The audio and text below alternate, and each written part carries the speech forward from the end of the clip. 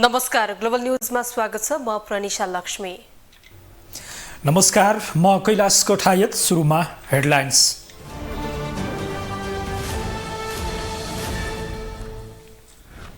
राष्ट्रपति पौडेल र प्रतिपक्षी दलका नेता ओलीबीच भेटवार्ता। संसद चल्न नसक्दा जनतामा नकारात्मक प्रभाव पार्ने भएकोले गतिरोध अन्त्य गर्न ध्यानाकर्षण। सामाजिक सुरक्षाको दायराबाट कोही पनि बाहिर नहुने प्रधानमन्त्री दाहालको भनाई। 40 देखि 50 लाख श्रमिक र मजदुरलाई सामाजिक सुरक्षा कार्यक्रममा सहभागी गराइने। पेट्रोलियम पदार्थको मूल्य वृद्धि भएसँगै सार्वजनिक यातायातको भाडा बढ्यो। स्वचालित रूपमा साबिकको भाडामा 4.70% वृद्धि। 3 मुद्दा खेपेका अमेरिकी पूर्व राष्ट्रपति डोनाल्ड ट्रम्प विरुद्ध अर्को आपराधिक मुद्दा दर्ता। चुनावी नतिजा उल्ट्याउन ठगी, धम्की र जालसाजी गरेको आरोप। र घरेलु टोली अस्ट्रेलियालाई पराजित गर्दै इङ्ल्यान्ड महिला विश्वकप फुटबलको फाइनलमा। पहिलो पटक फाइनल पुगेको इङ्ल्यान्डले उपाधिका लागि स्पेनसँग खेल्ने।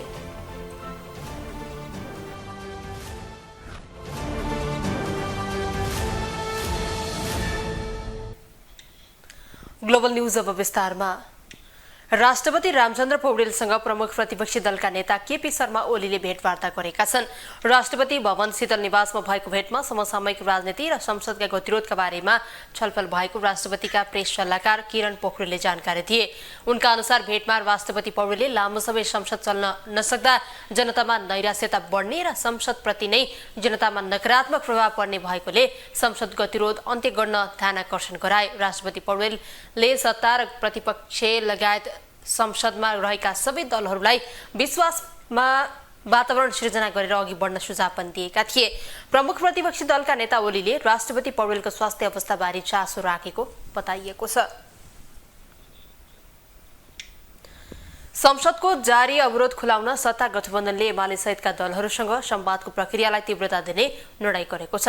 बुधबार प्रधानमन्त्रीको सरकारी निवास बालुवाटारमा बसेको सत्ता गठबन्धनको बैठकले संसदको गतिरोध खुलाउन प्रमुख प्रतिपक्षी दल लगायत संसदमा प्रतिनिधित्व गर्ने दलहरूसँग संवादको प्रक्रियालाई तीव्रता दिने निर्णय गरेको हो। बैठकमा प्रधानमन्त्री पुष्पकमल दाहाल, नेपाली कांग्रेसका सभापति शेरबहादुर देउवा, नेकपा एकीकृत समाजवादीका अध्यक्ष माधव कुमार नेपाल, उपप्रधानमन्त्रीहरू पूर्णबहादुर खड्का, नारायण काजी श्रेष्ठ लगायतका नेताहरू सहभागी थिए। सुन तस्करी प्रकरणमा उच्चस्तरीय न्यायिक छानबिन समिति गठनको माग गर्दै नेकपा एमाले निरन्तर संसद अवरोध पार्दै आएको छ। तर सत्ता गठबन्धनले न्यायिक छानबिन समिति गठनको आवश्यकता नभएको निष्कर्ष निकालिसकेको छ। यस्तै बैठकमा बालुवाटारको ललिता निवास जग्गा प्रकरणका सन्दर्भमा पनि छलफल भएको बताइएको छ।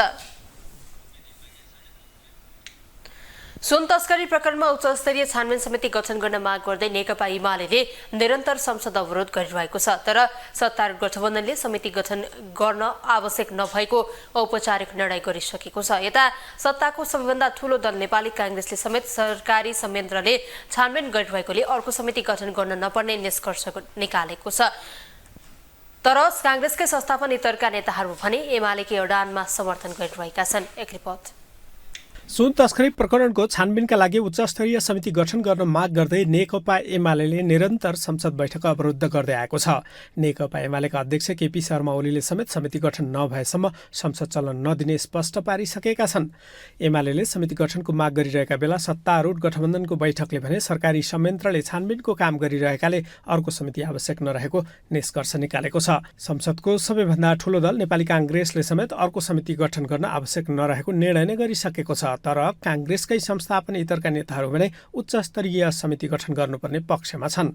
कांग्रेस सांसद सुनिल शर्मा त एमाले भन्दा एक कदम अघि बढेर गृहमन्त्रीको राजीनामा समेत माग गरिरहेका छन्।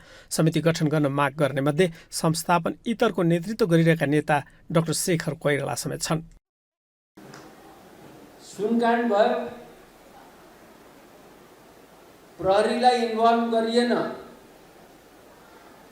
हामीहरूले भनिराख्यौँ सीआईबीलाई दिइहाल भनेर। नवराजजीको वक्तव्य आयो, राजस्व अनुसन्धान विभागले नै त्यसलाई छानबिन गर्छ, सीआईबीलाई दिनु पर्दैन भनेर।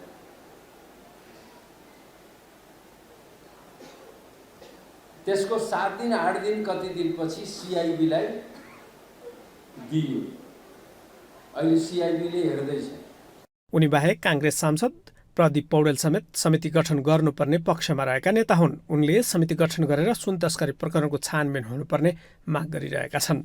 मैले बोलेको छु, म पार्टीको संसदीय दलको एउटा सदस्य हुँ, त्यसैले त्यो सदस्यले आफ्नो संसदीय दलभित्र प्रष्ट ढङ्गले राखेको छ। मैले के भने उच्च स्तरीय छानबिन समिति बनाउनुपर्छ र त्यो समितिले सुन काण्ड लगायत जति पनि चर्चित काण्डहरू छन् ती सबै काण्डको छानबिन गर्नुपर्छ। काङ्ग्रेसभित्र संस्थापन इतर पक्षका नेताहरूले एमालेकै माग अनुसारको समिति गठन गर्नुपर्ने आवाज उठाएको भए पनि संस्थापन पक्ष भने सरकारी संयन्त्रले नै छानबिन गर्नुपर्ने पक्षमा छ। यसरी सरकारमै रहेको दलका केही नेताहरू उच्चस्तरीय समिति गठनको पक्षमा देखिँदा त्यसबारे अनेक टिप्पणी सुरु भएका छन्।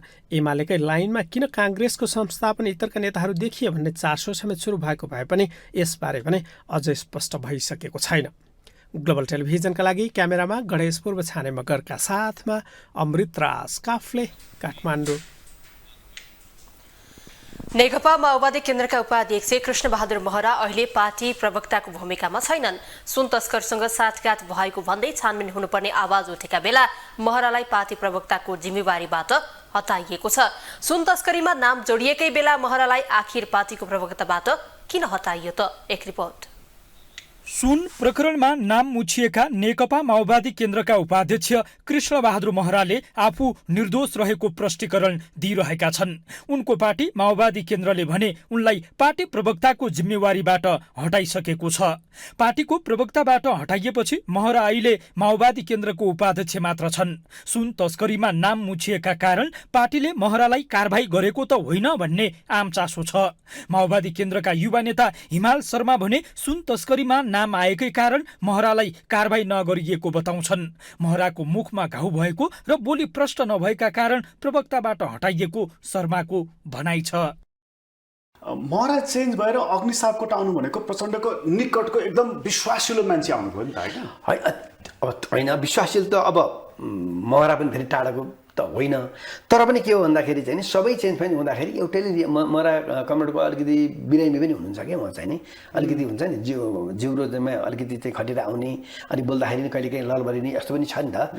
त्यो हिसाबले हेर्दाखेरि पनि अब अलि त्यहाँ चाहिँ नि म गर्छु भन्ने चाहिँ साथीहरू पनि हुनुहुन्छ नि त। त्यो भएको कारणले गर्दाखेरि सबैको चेन्ज पनि हुँदाखेरि अहिले चाहिँ नि अग्नि कमरेड चाहिँ त्यसमा चाहिँ त्यसको जिम्मेवारी लिनुभएको छ। महरालाई हटाइएपछि अहिले माओवादी केन्द्रको प्रवक्ताको जिम्मेवारी अग्निप्रसाद सापकोटालाई दिइएको छ। पार्टीको प्रवक्ताको जिम्मेवारी पाएपछि गत हप्ता सापकोटाले पत्रकार सम्मेलन गरेका थिए। उक्त पत्रकार सम्मेलनमा महरालाई किन हटाइयो भन्ने प्रश्नमा सापकोटाले जवाफ दिएनन्। महरा अहिले पनि आफू निर्दोष रहेको बताइरहेका छन्। उनले सुन तस्करी प्रकरणको अनुसन्धानमा सरकारलाई सघाउने प्रतिबद्धता समेत व्यक्त गरिरहेका छन्। मंगलबार दाङ पुगेर पत्रकारहरूसँग कुरा गर्दै महरा सुन तस्करी प्रकरणको अनुसन्धानमा सरकारलाई सघाउन आफू तयार रहेको बताइसकेका छन्। अब यो सुन प्रकरणसँग सम्बन्धित घटना के हो त भन्दाखेरि एकजना वाङ भन्ने मान्छे, चाइनिज मान्छे जुन 10-15 वर्षदेखि नेपाली बस्छ, उनी नेपाली पनि बोल्छन् र उनीसँग मेरो चिन्जानी 10-15-12 वर्षदेखि करिब भेटेकै छ, भएकै छ। उनी यो यहाँ पन्दाङ पनि आछन्, त्यसपछि रोल्पा विभिन्न ठाउँमा हिँडे पनि छन्। उनी फलफुल व्यापारी हुन्। सुन प्रकरणमा आफूलाई बिना कारण मुछिएको महराको भनाइ छ। उनले आफू विरुद्ध सञ्चार माध्यममा गलत प्रचार गरिएकोमा आपत्ति जनाएका छन्। महराले सुन तस्करसँग तस्करीका बारेमा कुनै पनि फोन संवाद नभएको स्पष्ट पारेका छन्। ग्लोबल टेलिभिजनका लागि कैलाश कठायत, काठमाडौँ। सरकारले एकपछि अर्को गर्दै भ्रष्टाचारका ठूला काण्डहरूको फाइल खोल्न थालेका बेला गिरिबन्धु टी स्टेटको जग्गा प्रकरणको फाइल खोल्नुपर्ने विषय सतहमा आएको छ। प्रधानमन्त्री पुष्पकमल दाहाल स्वयंले गिरिबन्धु टी स्टेटको जग्गा प्रकरणको फाइल खोल्ने संकेत गरेका छन्। प्रधानमन्त्री दाहालको यस्तो संकेतपछि नेपाली राजनीति तरङ्गित बनेको छ। एक रिपोर्ट। प्रमुख प्रतिपक्षी दल नेकपा एमाले संसद अवरुद्ध गरिरहेका बेला प्रधानमन्त्री पुष्पकमल दाहाल प्रचण्डले गिरिबन्धु टी स्टेटको जग्गा प्रकरणको छानबिन हुने बताएपछि नेपाली राजनीति तरङ्गित बनेको छ। सुन तस्करी प्रकरणमा उपप्रधान तथा गृहमन्त्री नारायण काजी श्रेष्ठ र अर्थमन्त्री डाक्टर प्रकाश शरण महतमाथि छानबिन गर्न उच्च स्तरीय छानबिन समितिको माग गर्दै एमाले साउन 10 गतेदेखि संघीय संसदका दुवै सदनमा अवरोध पुर्याइरहेको छ।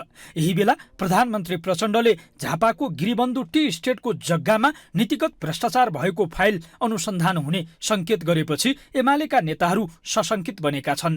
प्रधानमन्त्री प्रचण्डले मंगलबार मूलधारका मिडियाका सम्पादकहरूसँगको छलफलका क्रममा गिरिबन्धु टी स्टेटको जग्गाको विषयमा छानबिन गर्ने प्रतिबद्धता व्यक्त गरेका थिए। के हो गिरिबन्धु टी स्टेट जग्गा प्रकरण? एमाले अध्यक्ष ओली प्रधानमन्त्री हुँदा सरकारले जग्गाको विषयमा एउटा कानून परिवर्तन गरेको थियो। हदबन्दी भन्दा धेरै रहेको जग्गाको हकमा भन्दै ल्याएको उक्त कानून झापा बिर्तामोड स्थित गिरिबन्धु टी स्टेटको नाममा रहेको 342 बिघा 19 कट्टा 12 धुर जग्गामा चलखेल गर्न ल्याइएको आरोप लाग्यो। कानूनमा हदबन्दी भन्दा धेरै जग्गा सट्टा भर्ना गर्न दिने गरी भूमि सम्बन्धी ऐनको 8औं संशोधन गरिएको थियो। त्यतिबेला टी स्टेटको बहुमूल्य जग्गा बेच्नका लागि कानून संशोधन गरिएको आरोप लाग्यो। तत्कालीन समयमा कानून मन्त्री, भूमि व्यवस्था मन्त्री, एमाले सचिव पद्मा अर्याल सहित जग्गा दलालीहरूको संलग्नतामा उक्त कानून परिवर्तन गरिएको आरोप लागेपछि यो विवाद संसददेखि अदालतसम्म पुगेको थियो।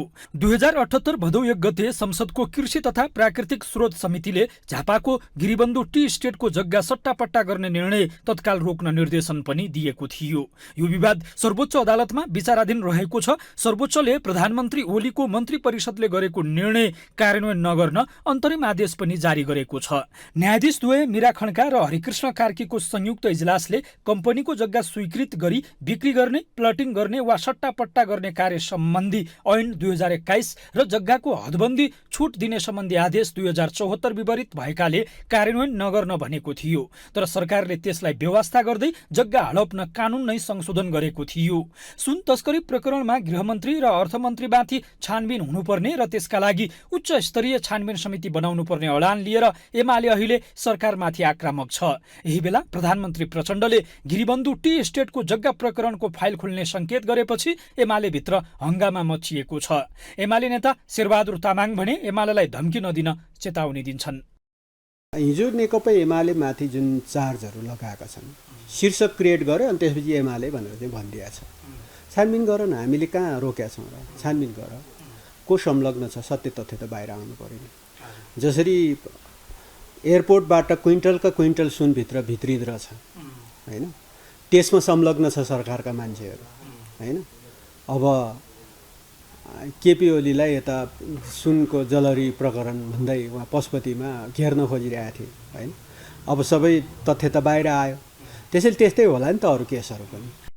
ललिता निवास हिनामिना प्रकरणमा पूर्व प्रधानमन्त्री द्वय माधव कुमार नेपाल र बाबुराम भट्टराईमाथि अनुसन्धान गर्ने बाटो खुलेका बेला गिरिबन्धु टी स्टेटको जग्गा प्रकरणमा प्रधानमन्त्री प्रचण्डले दिएको अभिव्यक्तिलाई अर्थपूर्ण रूपमा हेरिएको छ। ग्लोबल टेलिभिजनका लागि कैलाश कट। प्रधानमन्त्री पुष्पकमल दाहालले नेपालमा सामाजिक सुरक्षाको दायराबाट कोही पनि बाहिर नहुने बताएका छन्। अनौपचारिक क्षेत्रका श्रमिक तथा स्वरोजगारमा रहेका व्यक्तिको सामाजिक सुरक्षा योजना शुभारम्भ समारोहमा प्रधानमन्त्री दाहालले अब कोही पनि सामाजिक सुरक्षाको दायराबाट बाहिर नहुने बताएका हुन्। उनले वैदेशिक रोजगारीमा रहेका श्रमिकहरू समेत सामाजिक सुरक्षाको दायरामा आएको उल्लेख गरे। उनले अनौपचारिक क्षेत्रका झण्डै 40 देखि 50 लाख श्रमिक र मजदुरलाई सामाजिक सुरक्षा कार्यक्रममा क्रमशः सहभागी गराइने पनि जानकारी दिएका छन्। संस्थाहरूबाट सुरु हुँदै वैदेशिक रोजगारका क्षेत्रमा समेत सफल कार्यान्वयन भइसकेको सामाजिक सुरक्षा अभियानको योजना आजदेखि अनौपचारिक क्षेत्रमा रहेका श्रमिक तथा स्वरोजगारमा रहेका व्यक्ति समेत जोडिन पुगेका छन्। हिजो वैदेशिक रोजगारीमा रहेकाहरूलाई सामाजिक सुरक्षा कोषमा आबद्ध गर्ने काम आफैमा एउटा दूरगामी महत्त्वको ऐतिहासिक पहलकदमी थियो। म यस अवसरमा एनआरएन विदेशमा रहेका नेपालीहरूको संस्था, त्यसका पदाधिकारीहरूलाई पनि धन्यवाद दिन चाहन्छु। प्रधानमन्त्री दाहालले देशमा समाजवाद निर्माण गर्नका लागि पनि सामाजिक सुरक्षाको योजनालाई विशेष प्राथमिकताका साथ अगाडि बढाइएको बताए। उनले अनौपचारिक क्षेत्रको खास गरी कृषि, निर्माण, यातायात र घरेलु श्रमिकको पक्षमा यस अभियानले गुणात्मक फड्को मार्ने बताएका हुन्। होइन हाम्रो लागि यसले नागरिकले बिना भेदभाव शिक्षा, स्वास्थ्य, रोजगारी, अवसर, सहुलियत र सम्मान प्राप्त गर्ने वातावरण निर्माण गर्दै समाजवाद निर्माणको महाअभियान पनि हो यो। यस अर्थमा हामी सबै यसलाई गर्वका साथ अगाडि बढाउन प्रतिबद्ध छौँ।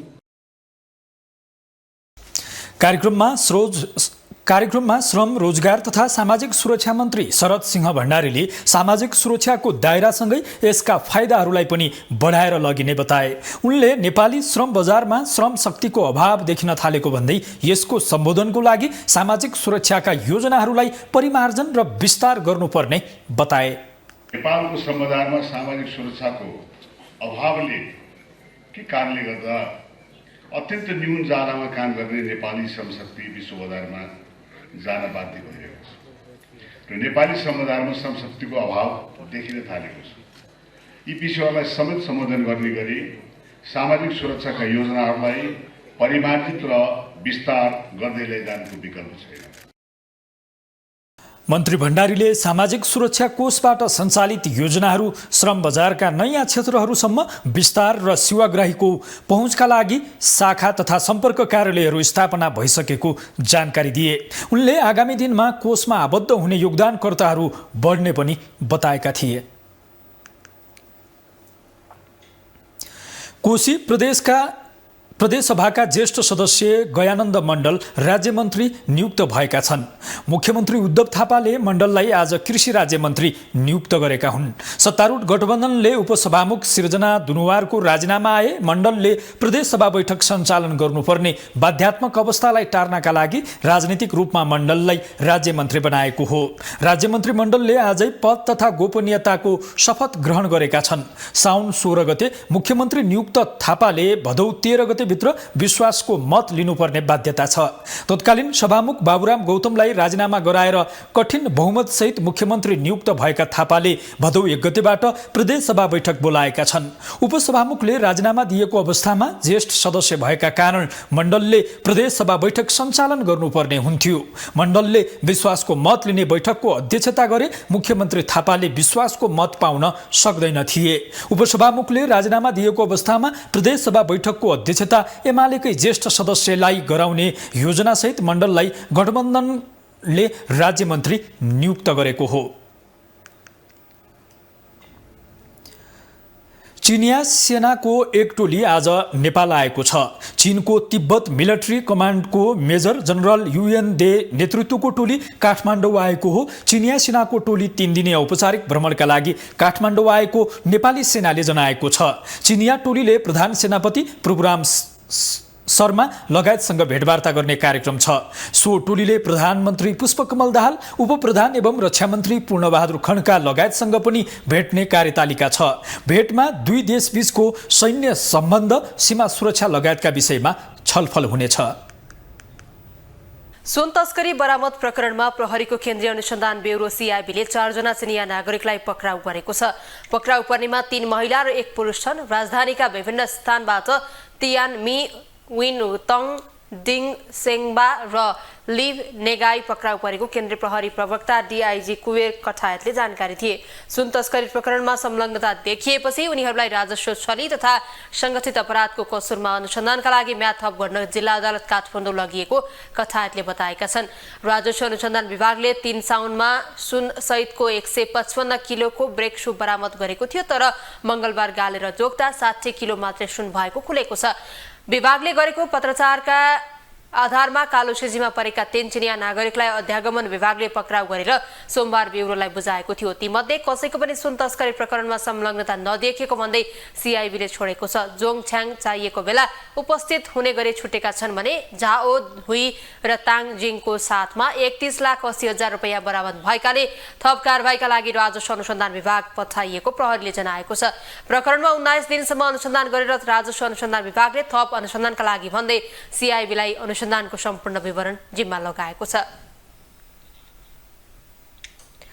ललिता निवास जग्गा प्रकरणमा अनुसन्धानका लागि थुनामा रहेका आरोपी मध्ये 2 जना रिहा भएका छन्। प्रहरीको केन्द्रीय अनुसन्धान ब्युरो CIB को हिरासतमा रहेका मालपोत कार्यालयका तत्कालीन प्रमुख धर्म गौतम र समर्जन कम्पनीका पूर्व प्रमुख लोकहरि घिमिरेलाई जिल्ला अदालत काठमाडौँले रिहा गर्न आदेश दिएको हो। उनीहरूलाई उमेर र स्वास्थ्यको कारण देखाएर रिहा गर्न आदेश दिएको अदालतले मुद्दा बुझाउँदा सँगै उपस्थित गराउनु भएको भनेको CIB का SP नवराज अधिकारीले जानकारी दिए।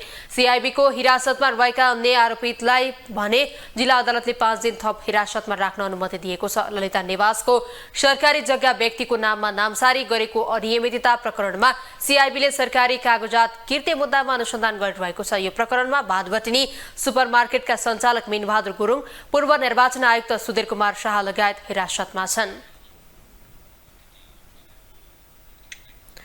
नेपालमा 5 वर्ष मुनिका प्रत्येक 4 जना मध्ये 1 जना बालबालिकामा पुड्कोपना हुने गरेको अध्ययनले देखाएको छ। स्वास्थ्य तथा जनसङ्ख्या मन्त्रालयका अनुसार प्रत्येक 100 जना बालबालिका मध्ये 25 जनामा पुड्कोपना देखिने गरेको छ। विज्ञहरूका अनुसार बालबालिकाको खानपानमा कमी र उमेर अनुसार पोषणको अभाव भयो भने पुड्कोपना देखिने गरेको छ। एक रिपोर्ट। सन् 2016 को नेपाल स्वास्थ्य जनसाङ्ख्यिक सर्वेको तुलनामा अहिले सन् 2022 मा पुड्कोपनामा सुधार भएको देखिन्छ। सन् 2016 मा 36% थियो भने अहिले घटेर 25% मा आएको छ।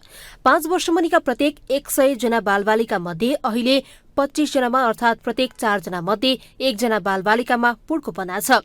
तथ्याङ्कले पुड्कोपनामा सुधार भएको देखाउँछ। स्वास्थ्य सेवा विभाग परिवार कल्याण महाशाखा अन्तर्गत पोषण शाखा प्रमुख लीला विक्रम थापाले पुड्कोपनाको प्रमुख कारण पोषणको अभाव रहेको भन्दै घर परिवार सचेत हुँदा पुड्कोपनामा सुधार आउने बताएका छन्।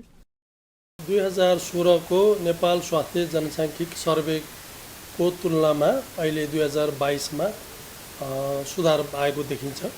जस्तो 2016 मा 36% त्यसको प्रिभिलेन्स चाहिँ 36% चाहिँ थियो भने अहिले घटेर 25 मा झरेको पाइन्छ। केही न केही सुधार भएको देखाउँछ यो तथ्याङ्कले। प्रत्येक 100 जना 5 वर्ष मुनिका बच्चामा अहिले 25 जना भनौँ, प्रत्येक 4 जनामा 1 जना बच्चा चाहिँ पुड्कोपना छ भनेर भन्न सकिन्छ। यो तथ्याङ्कले चाहिँ सुधार भएको देखाउँछ। उनले पुड्कोपना दीर्घकालीन कुपोषणको संकेत रहेको भन्दै यसलाई कम गर्न खानपानमा सुधार ल्याउनु पर्ने बताए। थापाले आमाले गर्भमा हुँदा खानपान र सुत्केरी भइसकेपछि बच्चालाई जति सक्दो छिटो स्तनपान 6 महिनासम्म पूर्ण र 2 वर्षसम्म स्तनपान गराउने कुरामा विशेष जोड दिनुपर्ने बताए। त्यसैगरी पोषणविद विनिता पन्तले पुड्कोपना हुन नदिन मातृ पोषण कार्यक्रम आवश्यक रहेको बताइन्। उनले गर्भावस्थामा आमालाई र बच्चा जन्मिसकेपछि बच्चालाई पोषणको अभाव हुन नदिए पुड्कोपनाको समस्या नआउने बताइन्।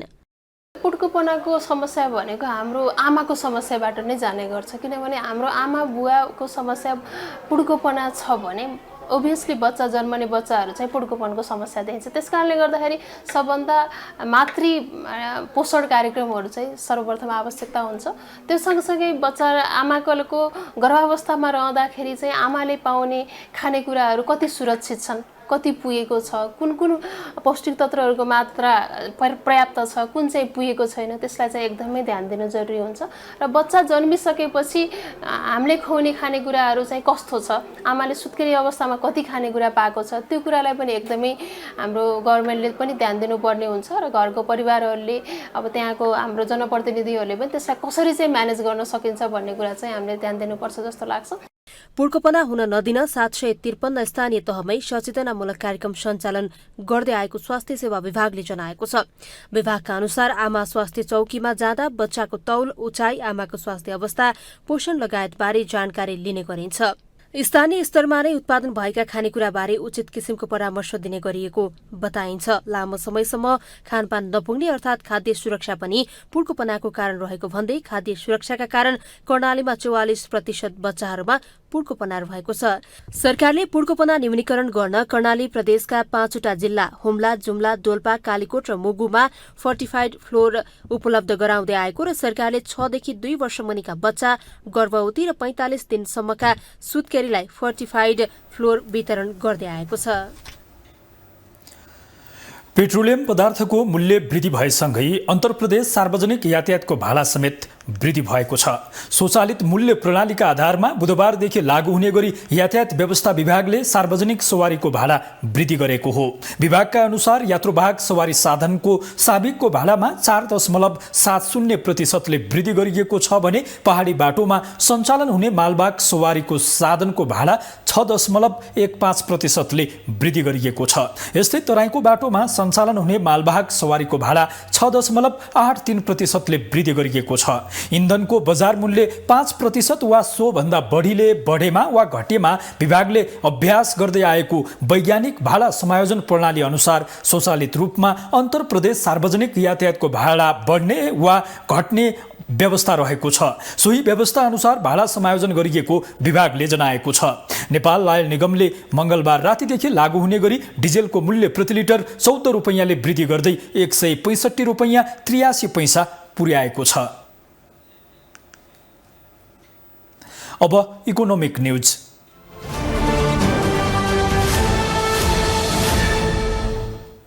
अर्थमन्त्री डाक्टर प्रकाश शरण महतले देशको अर्थतन्त्र बिस्तारै लयमा फर्किरहेको दावी गरेका छन्।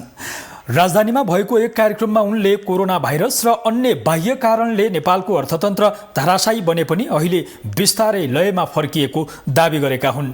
उनले नेपालमा केही छैन र अर्थतन्त्र सङ्कटमा छ भन्ने जस्ता नकारात्मक विचार त्यागेर सकारात्मक ऊर्जा प्रदान गर्नुपर्ने बताए। नेपालमै अवसर खोज्ने हो, विदेशको भन्दा राम्रो वातावरण भएको उनको दावी छ। उनले युवा गएको र जान चाहेको देशमा भन्दा यही ठूलो अवसर भएको बताएका छन्। बिस्तारै हाम्रो चाहिँ इकोनोमीले लय पक्रिँदैछ। हिजो कोभिड थियो, अरू बाह्य भित्री अरू पनि समस्याहरू थिए, बिस्तारै त्यो हटेको छ, लय पक्रिँदैछ। अब एउटा पोजिटिभ डिस्कोर्स सुरु गरौँ देशमा। हामी नेगेटिभ मात्रै कुरा गऱ्यौँ भने नेगेटिभ नै परिणाम आउँछ। हाम्रो अर्थशास्त्र पढ्दा हामीले एक्सपेक्टेसन भन्ने त्यो पढाएको थियो। जे हामीले चाहिँ एक्सपेक्ट गर्यो त्यही। उनले विकसित मुलुकमा भन्दा नेपालमा धेरै अवसर भएकाले उद्यमशीलताको नेतृत्व युवाले गर्नुपर्ने बताए। उहाँले उद्यमशीलताप्रति मोटिभेसन गर्ने कुरा एकदमै जटिल बन्दै गएको भन्दै अहिले आफन्त सबै बाहिर जाने क्रम चलेकाले आफू नगए पछि पर्छु भन्ने मानसिकता युवाहरूमा बढेको पनि बताएका हुन्। निजी क्षेत्रले सामाजिक सुरक्षा कोषमा जम्मा भएको रकम मुलुकको पूर्वाधार निर्माणमा लगानी गर्नुपर्ने बताएको छ। अनौपचारिक क्षेत्रका श्रमिक तथा स्वरोजगारमा रहेका व्यक्तिको सामाजिक सुरक्षा योजना आबद्धता शुभारम्भ कार्यक्रममा निजी क्षेत्रले सामाजिक सुरक्षा कोषमा श्रमिकहरूले योगदान गरेको रकम बैंकमा राखेर ब्याज लिने भन्दा पनि विकासका पूर्वाधारहरूमा लगानी गर्नुपर्ने बताएका हुन्। एक रिपोर्ट। सरकारले अनौपचारिक क्षेत्रका श्रमिक र स्वरोजगार व्यक्तिलाई पनि सामाजिक सुरक्षा कोषमा समेट्न शुरू गरेको छ। सरकारले अनौपचारिक क्षेत्रका श्रमिक र स्वरोजगार व्यक्तिलाई पनि सामाजिक सुरक्षा कोषमा समेट्न बुधबारबाट शुरू गरेको हो। कोषमा जम्मा भएको रकम बैंकमा राखेर ब्याज लिने मात्रै नभएर मुलुकको पूर्वाधार विकास लगानी गर्न निजी क्षेत्रले चासो देखाएको छ। निजी क्षेत्रले सामाजिक सुरक्षा कोष, कर्मचारी सञ्चय कोष र नागरिक लगानी कोषलाई एउटै बास्केटमा राखेर ठूलो कोष बनाएर पूर्वाधार विकास लगानी गर्न आवश्यक रहेको बताएको हो। कार्यक्रममा नेपाल चेम्बर अफ कमर्सका अध्यक्ष राजेन्द्र मल्लले सामाजिक सुरक्षा कोषमा सबै निजी क्षेत्र समावेश गराउन आग्रह गरेका छन्। उनले अनौपचारिक क्षेत्र र स्वरोजगार श्रमिकलाई समेट्ने भएपछि अब उद्योगी व्यवसायीहरूले पनि समावेश हुने मौका पाउनुपर्ने माग राखे।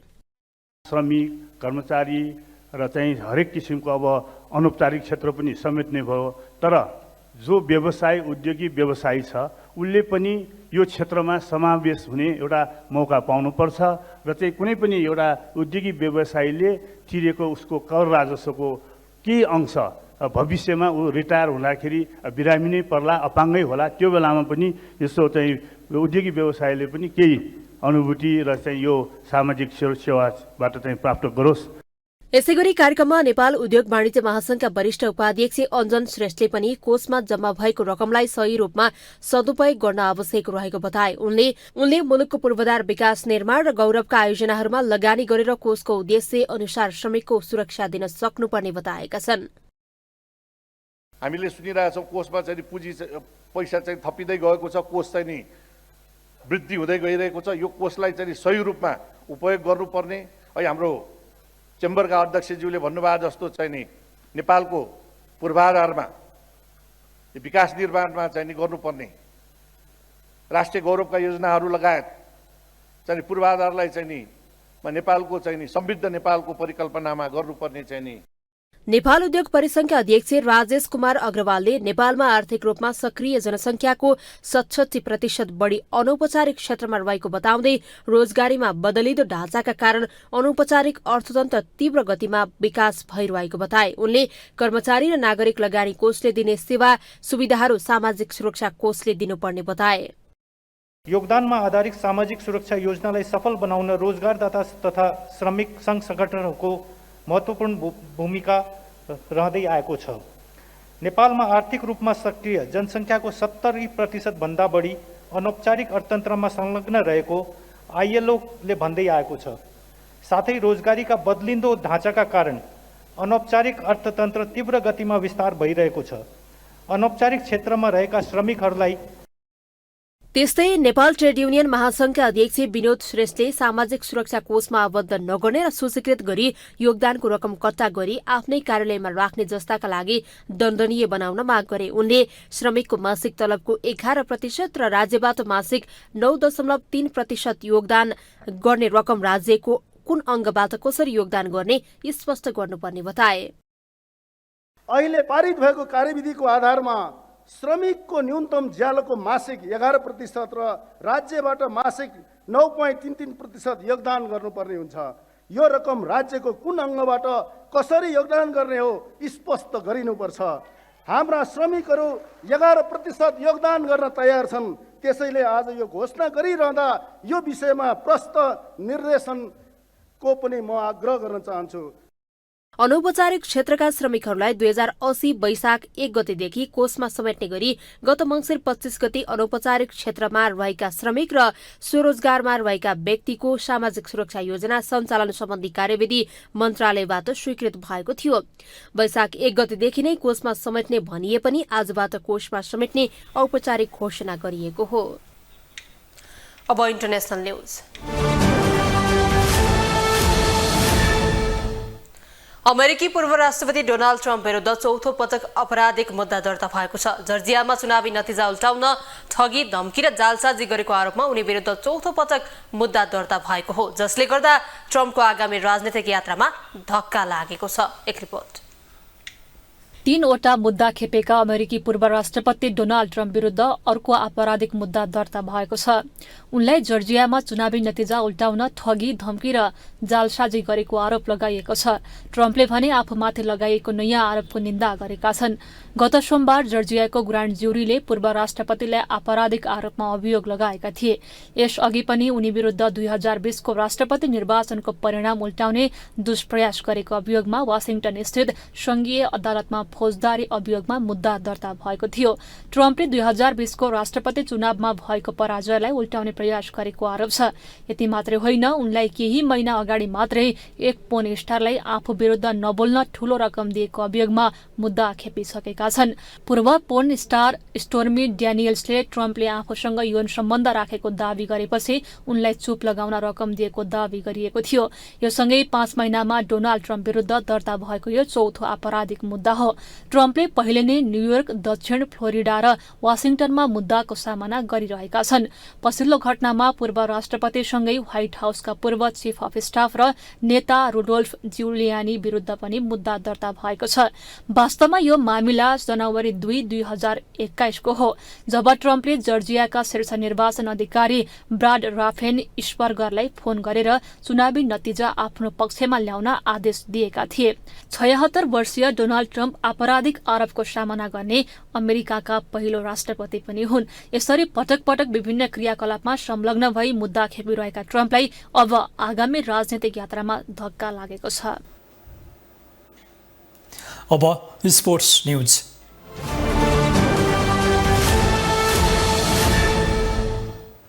घरेलु टोली अस्ट्रेलियालाई पराजित गर्दै इङ्ल्यान्ड महिला विश्वकप फुटबलको फाइनलमा पुगेको छ। बुधबार भएको दोस्रो सेमिफाइनलमा इङ्ल्यान्ड 3-1 गोल अन्तरले विजयी भयो। दोस्रो हाफमा खेल बराबरीमा ल्याए पनि अस्ट्रेलियाले हार टार्न सकेन।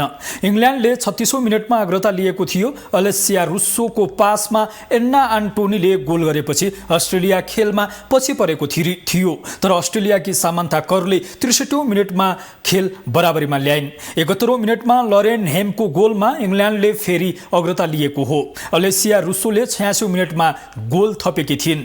उनलाई हेम्पले पास उपलब्ध गराइन्। विजेता इङ्ल्यान्डले उपाधिका लागि अब फाइनलमा स्पेनसँग खेल्नेछ। फाइनल जसले जिते पनि महिला विश्वकपले नयाँ विजेता पाउने पक्का भएको छ। इङ्ल्यान्ड महिला विश्वकपमा पहिलो पटक फाइनलमा पुगेको हो। यसअघि इङ्ल्यान्ड पुरुष विश्वकपमा सन् 1966मा फाइनल पुगेर उपाधि नै जितेको थियो। त्यसैता पुरुष विश्वकपमा इङ्ल्यान्ड फाइनलमा पुग्न सकेको छैन। ग्लोबल न्युजको अन्त्यमा हेडलाइन्स पुनः एकपटक।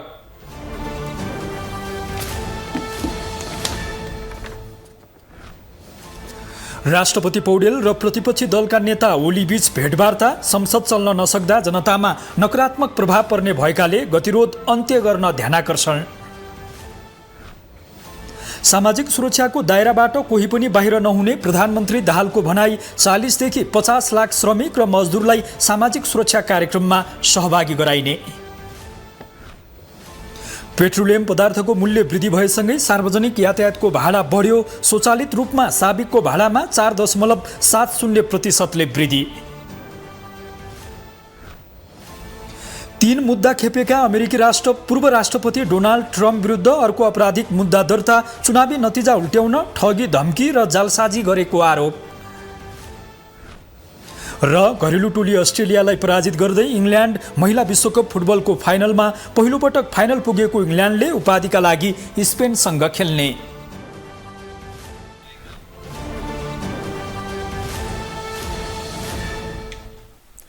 ग्लोबल न्यूज अहिलेलाई यति नै। ग्लोबल टेलिभिजन तपाईँ फेसबुक तथा युट्युबमा पनि प्रत्यक्ष रूपमा हेर्न सक्नुहुनेछ। ग्लोबल टेलिभिजन हेर्दै गर्नुहोला। नमस्ते।